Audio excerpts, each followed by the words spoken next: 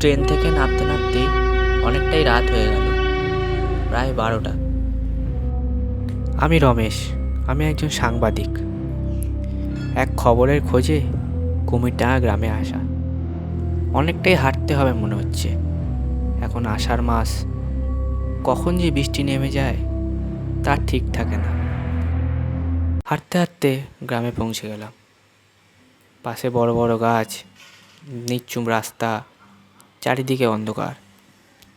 কিছুটা এগিয়ে যেতেই দেখলাম একজন রিক্সাওয়ালা দাঁড়িয়ে আছেন। রিক্সাওয়ালাটা বলে উঠল, বাবু, ওদিকে যাবেন না। কেন, কি হবে ওদিকে গেলে? রাতের বেলায় ওদিকে কেউ যায় না। রমেশ কথা না শুনে হাঁটতে লাগলো।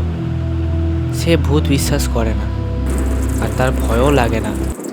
এই রাতের অন্ধকারে হঠাৎ বৃষ্টি নামলো।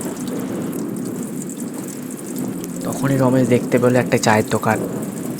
রমেশ মনে মনে ভাবলো, বাহ, এই বৃষ্টিতে চায়ের দোকান, মনটা জুড়িয়ে যাবে।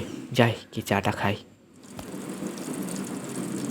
রমেশ দোকানের দিকে এগোতে লাগলো।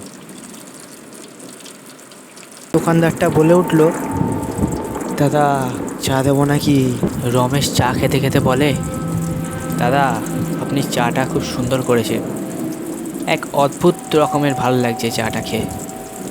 দোকানের লোকটা বলে উঠল, কি হলো দাদা, চলে যাবেন নাকি? হ্যাঁ, কেন বলুন তো? এই বৃষ্টির রাতে যে দোকানে আসে চাইলেও যেতে পারে না। মানে? হঠাৎ রমেশ দেখতে পেল লোকটার মুখ পাল্টে গেছে। তার চোখ মুখ দিয়ে রক্ত বেরোচ্ছে এবং তার হাতে একটা বেশ তরোয়ালের মতো কী জিনিস। রমেশ এসব না দেখতে পেয়ে ওখানেই অজ্ঞান হয়ে পড়ে গেল। তারপরে কি হলো তা কেউ জানে না।